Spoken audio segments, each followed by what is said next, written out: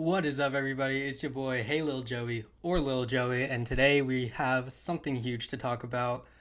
So let's get right into it.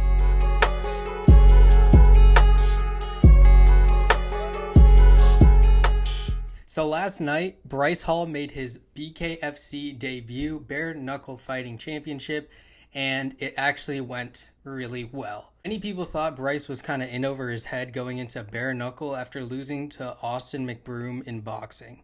He was getting beat up in that fight, and nobody thought he was going to make a comeback like this. In the first round, Bryce Hall got a really early knockdown. I think it was within the first 8 seconds of the round. Circling out to the inside. Big shots, and down goes G. Perez on the right hand. That first punch, wow! That was a wake-up call for Perez. And it was huge. I went crazy. People I talked to went crazy. It was just unbelievable. I mean, like, even though it's just a knockdown, it was aggressive. He looked technically better. It was just overall just such a great performance. So basically what I saw was, at least the first thing, was the takedown. So many people were saying that Bryce had taken down G. I saw people saying G was taking down Bryce. The commentators said it was Bryce.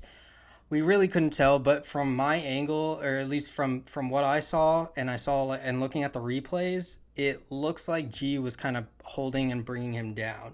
Do I know if that's true or not? No, but I'm just making an assumption because that's just what it looked like from what I saw. Now, Sean, Perez coming forward from a guillotine position. There's the takedown. And Perez grabbing the back of his head. Let me know what you guys think down below. And there's a couple of things throughout the entire event, not even just Bryce's fight, where there were some things being called that I didn't really see, some things that weren't being called that I did see. So it happens. Things happen like that, but I just wanted to bring that one up real quick. One other thing I wanted to bring up was G's injuries. So G had the little bang on the head after the takedown. And then in a clinch, he hurt his elbow, I think. Towards the face of your opponent, G. Perez. Right to the body, counter left hand. Perez now grabbing his shoulder. His elbow. The bell, that ends round. That was ultimately the injury that ended the fight. And I was honestly shocked. He looked like he was just beaten down, broken. Like, he just looked completely broken. And like, given, yes, he's a 3-0 professional bare knuckle fighter and he's losing to a TikToker, yeah, of course it's going to get to him.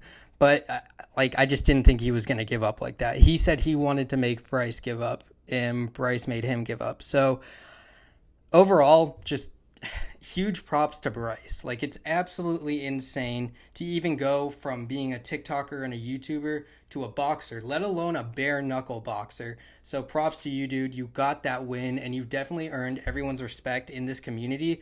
We just can't wait to see what you do next.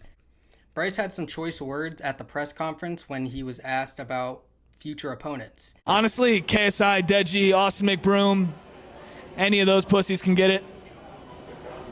They won't do bare knuckle, but if you want some pillows on your hands, I'm down. So he basically wants to fight KSI, he wants to fight Deji, and he wants that Austin McBroom rematch.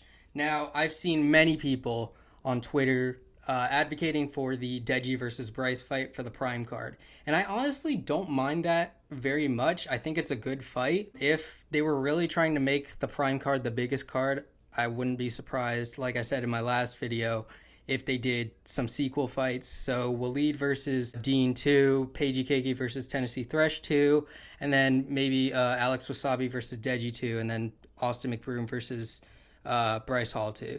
So that's four, like, technically you could say main or co-main events for different events that you could put on in this one Prime card.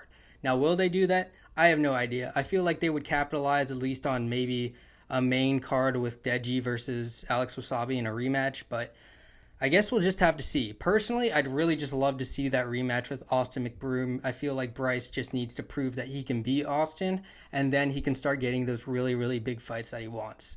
And then he'll have 3 fights under his belt. You know, he'll have his revenge. He'll be one of the more interesting influencers in our scene.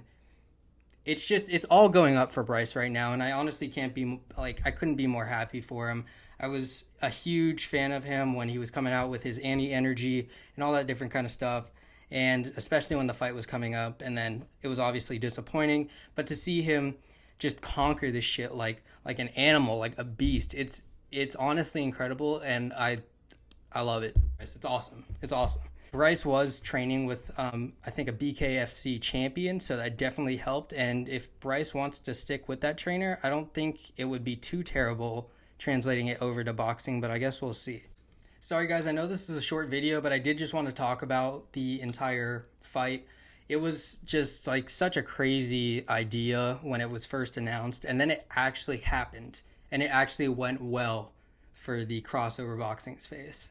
So huge win for not only Bryce, but the entire space. I want you guys to let me know, what fight do you want Bryce to take next, and do you think he should do another bare knuckle fight? Let me know in the comments below. Also, don't forget to absolutely knock out that subscribe button, and I'll see you guys in the next video. Peace. I think I just have to finalize this speech by saying I am a boxer, I am a fighter, I've always claimed to be a fucking fighter. Bryce Hall, ladies and gentlemen.